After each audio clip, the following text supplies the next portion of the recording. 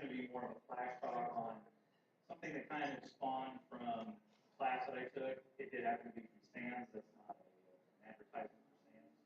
I like them, but during one of the pen testing courses that I took, kind of a spawn about one of those things. If you're doing some command injection off of the website, so I'm not really going to be talking about that in particular. There's plenty of resources out on the internet to introduce you to command website, web application testing, command injection from a website. But if you were to get command injection through a web page, one of the things that was brought up was that you can kind of the tool that everybody pulls out is once they get in there, they're going to try and do a ping. That's how you get a site or an Apache web server to know kind of step one of how you know that a web server is you're able to issue a command and have it connect out and able to make it do things that it's really not intended to do. So of course, depending on Windows or Unix, one of the things that whether the web server is running on Windows or Unix, one of the pitfalls that you have is you pull that ping out of your pocket and you start doing that, and you get the ping, you got it. Of course, if it's a Unix or Linux server, you've got a ping now that's running on the system. Because the options that run for ping to make it issue only a certain number of commands in Unix they don't work on the Windows side. They're not the same flag. So I got to kind of think about this, picture that as a challenge, if you will, of one of those things is that, how can I get that to work? Well, I started thinking about it and said, okay, so nslookup is the same, it's the same utility. It's a relatively simple command, so nslookup itself works on both the Unix side and the Windows side, just basic that command. So nslookup, as you see up here, really what you're doing is you're doing nslookup, a little bit of banter from the up here, based on this blog post I picked, minions Loki, no minions not here. Just, so there would be just a website that you're trying to get to. Now that works great. So the command injection is successful because you've got that here. So what you do then, though, is you still don't know. You have that you know you're issuing command. You're not going to get anything running on the box. You still don't really know what command to run next. Am I running on Windows box? Is this Apache web server running on Windows? Sorry, not necessarily Apache. Is this a web server running on Windows box or is it running on Linux box? How can I tell? So with a little bit of what we call in this command line kung fu, you can issue essentially a command shell variable that makes sense in Windows, doesn't make sense to a Linux box or Unix box. However, it's just going to go and issue that, and it's going to just try and make that lookup based on the shell variable that you're using. So in Windows, I don't think they changed it in Windows 8, is that if you do %OS%, that gives you, most of the time, just a command line that says, or a response packet that says Windows_NT. And everything from Windows NT higher than that, unless it's Windows 95, even XP, it gives you Windows_NT. That means nothing in a Linux system. However, if you own a domain and you issue that, and you're thinking that the box is going to be coming back, and you believe you're doing command injection for it in order to give that a try, you can issue that to a domain that you own. Hackersgear.com or whatever you own.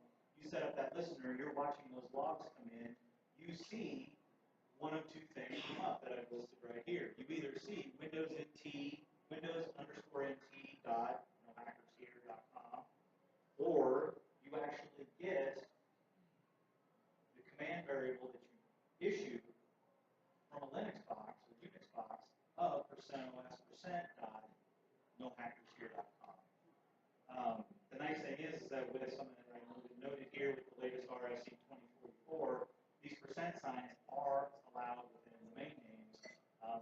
Ironically, that was because the percent is there was some backporting that Windows that Microsoft put in there to try and get machine names available to be transposed directly into DNS the way they handle it.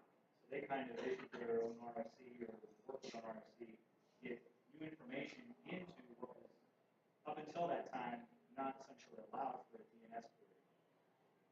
So what you can do, of course, is you have the command.exe /c or nslookup. You get that back.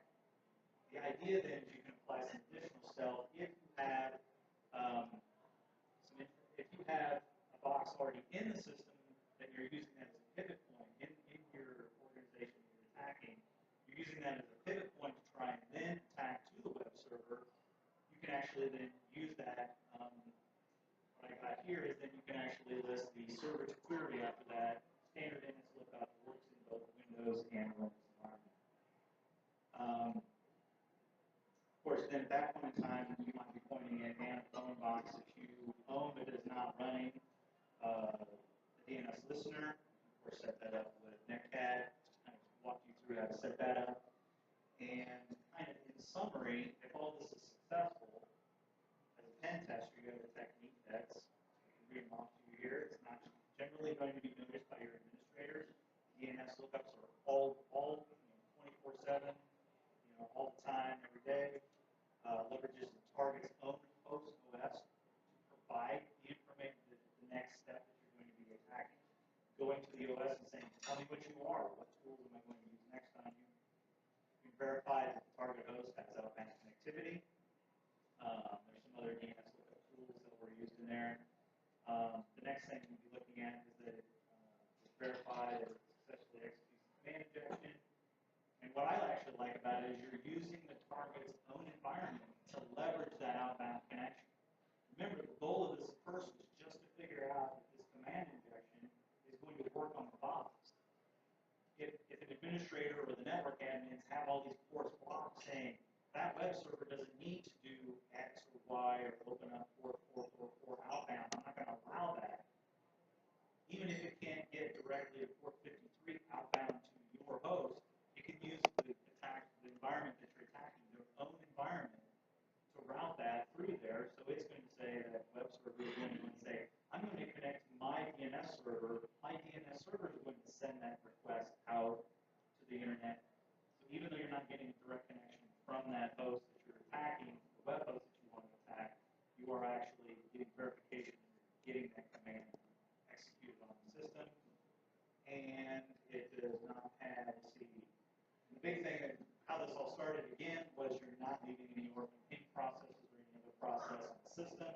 If it's successful, it works, you got it, it dies. If it's not successful, something goes into some, maybe some log somewhere, and again, it dies. It doesn't sit there and just ping consistently.